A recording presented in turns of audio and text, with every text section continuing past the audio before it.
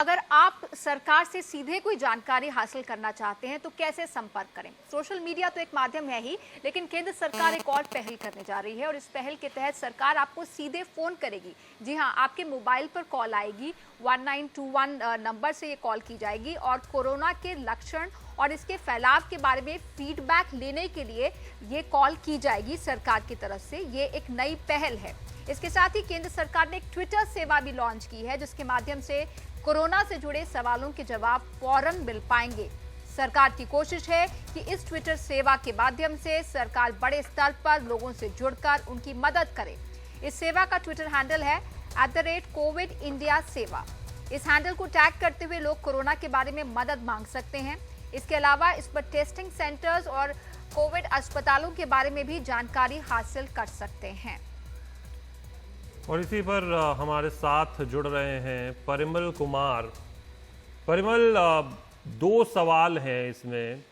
एक, जब आपने रमन आर गंगाखेडकर जी का इंटरव्यू किया कुछ दिन पहले, उन्होंने एक बात साफ कही, वो ये कि चाहे एसिम्प्टोमेटिक केसेस हों, अब इसका मतलब तो ये है कि आप सबका टेस्ट करें, लेकिन वो मुमकिन नहीं है। तो जितना कोशिश की जा रही है उतना की जा रही है। तो क्या ये उसी के एक एक्सटेंशन के तौर पर आप देखते हैं कि कॉल जाएगा, लोग खुद उसको बताएं और फिर वो रिकॉर्ड हो सके और उसके बाद फिर उनको भी उस दायरे में लाया जा सके? बाकी एक ट्विटर तो सिर्फ इसलिए आप मानते हैं कि वहां पर लोग अपनी समस्याएं पूछ सकते हैं, लेकिन ये जो कॉल है उसको आप उसका एक्सटेंशन के रूप में देखते हैं? देखिए, टेस्ट तो एक बिल्कुल अलग जरिया है शशांक। अगर उसको देखें तो लोग से सरकार जुड़ना चाहती है, फीडबैक लेना चाहती है, तो ये जिम्मा एनआईसी को दिया गया है, जो कॉल करने का है जिम्मा, और वो रैंडमली कॉल किया जाएगा और लोगों से उनका फीडबैक पूछा जाएगा, उनके इलाके को लेकर क्या कुछ हो रहा है, या फिर ये पूछा जा सकता है कि सोशल डिस्टेंसिंग के नॉर्म्स फॉलो हो रहे हैं कि नहीं हो रहे हैं, या फिर उनके इलाके में इसको लेकर किस तरह की सोच है, उनके मन में किस तरह की सोच है। ऐसे करके एक फीडबैक लेने की कोशिश होती है, लेकिन टेस्ट की भरपाई नहीं की जा सकती। और टेस्ट को लेकर चुनौतियां भी हैं जो आईसीएमआर की तरफ से गिनवाई गई थी उस दिन की। इतने संसाधन नहीं है कि हम तमाम लोगों के हम टेस्ट कर पाएं, लेकिन इससे अब तकनीक के जरिए तो जुड़ने की कोशिश हो रही है लोगों से, चाहे ट्विटर के जरिए हो, चाहे मोबाइल फोन के जरिए हो। पहले हमने देखा कि कॉल सेंटर भी एस्टैब्लिश किया गया था, जिसको हमने वॉर रूम कहा था, जहां से लगातार कॉल जा रहे थे लोगों के पास या लोग कर रहे थे। तो ये चीजें हो रही थी, लेकिन अब जो है जिस रैपिड एंटीबॉडी टेस्ट का इंतजार इतने लंबे समय से हो रहा था, और कहावत है कि देर आए दुरुस्त आए, वो उस मामले में देरी तो हुई लेकिन दुरुस्त वाली बात नहीं हो पाई, क्योंकि अब उस पर सवाल उठने लगे। तो फिलहाल 2 दिन के लिए उसको रोक दिया गया है और 2 दिन तक कोई भी राज्य फिलहाल इसका टेस्ट नहीं करेगा, ऐसा आईसीएमआर ने कहा है। क्योंकि एक राज्य से शिकायत मिलने के बाद, वो राजस्थान है, 2-3 राज्यों से और बात की गई और कहा गया कि अब टीम में अब जो है लोग जाएंगे फील्ड में और एवल्यूएशन करेंगे कि ये जो किट आई है उसमें कहीं अगर वो बैच पूरा फॉल्टी है तो उसको वापस करेंगे। और ये वही किट है शशांक जो 16 और 18 अप्रैल को चाइना से आया है। तो अब एक सवाल जो है, जिस चीज का इंतजार बहुत लंबे समय से हो रहा था, वो फिलहाल सवालों के घेरे में अभी है। बिल्कुल, जो आप बात कर रहे हैं उसको हम बता भी दें एक बार कि जो फिलहाल खबर आ रही है, जैसा कि अभी परिमल बता रहे थे, वो ये कि जो चीन से मंगाए गए रैपिड टेस्टिंग किट्स थे उसकी विश्वसनीयता पर भी सवाल उठ गए हैं। आपको ये भी बता दें कि पीपीई किट्स भी मंगवाए गए थे, चाइनीज पीपीई किट्स, जिसमें से 64,000 जो पीपीई किट्स थे वो गुणवत्ता के में खरे नहीं उतरे थे, और तकरीबन 5.5 लाख ये रैपिड टेस्टिंग किट्स चीन से मंगवाए गए थे। इसको लेकर चीन में भारत के राजदूत ने ट्वीट भी किया था, लेकिन अब इसके भी क्वालिटी पर सवाल उठने लगे हैं, विश्वसनीयता पर सवाल उठने लगे हैं।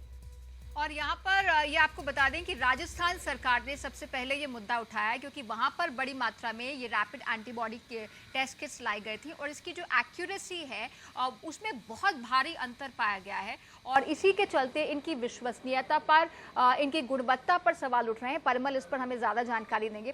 परिमल, जैसा कि आप बता रहे हैं कि आईसीएमआर जो कि टॉप मेडिकल बॉडी है देश की, उसने तमाम राज्यों को कह दिया है कि रैपिड एंटीबॉडी टेस्ट किट्स का इस्तेमाल फिलहाल ना करें। तो ये कितना बड़ा अंतर, कितना बड़ा वेरिएशन इसकी एक्यूरेसी में पाया गया है, और क्या मंगाने से पहले कोई टेस्ट नहीं होता है, कोई आधार होता है जिसके बेसिस पर ये मंगाई जाती हैं? देखिए, कंपनी तो पहले से इन लोगों ने तय जरूर कर रखी होगी, और हो सकता है कि उनसे पहले भी बातचीत रही होगी या दूसरे इक्विपमेंट मंगाए जाते रहे होंगे।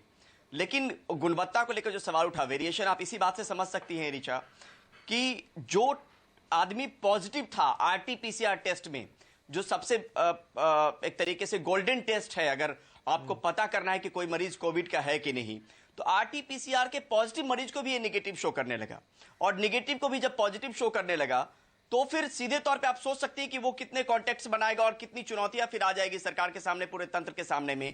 तब राजस्थान सरकार ने ये फैसला लिया।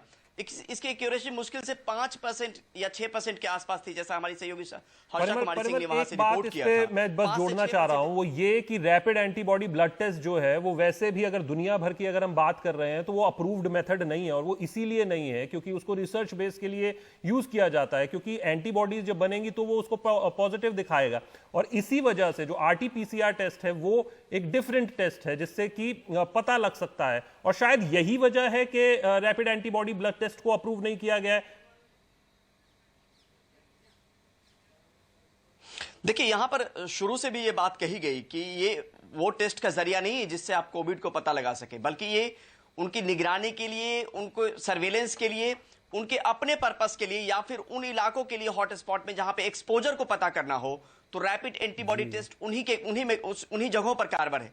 नहीं तो ये सब जगह के लिए एप्लीकेबल होता शशांक, लेकिन आरटीपीसीआर ही एकमात्र जरिया है जिसके जरिए कोविड का पता लगा सकता है। लेकिन जहां पे बड़ी आबादी का टेस्ट करना था, जहां पे रैपिड एंटीबॉडी टेस्ट किट का इंतजार हो रहा था, वहां पर अभी एक तरीके से कुछ वक्त के लिए थम गया है और विश्वसनीयता पर सवाल खड़े हो गए हैं।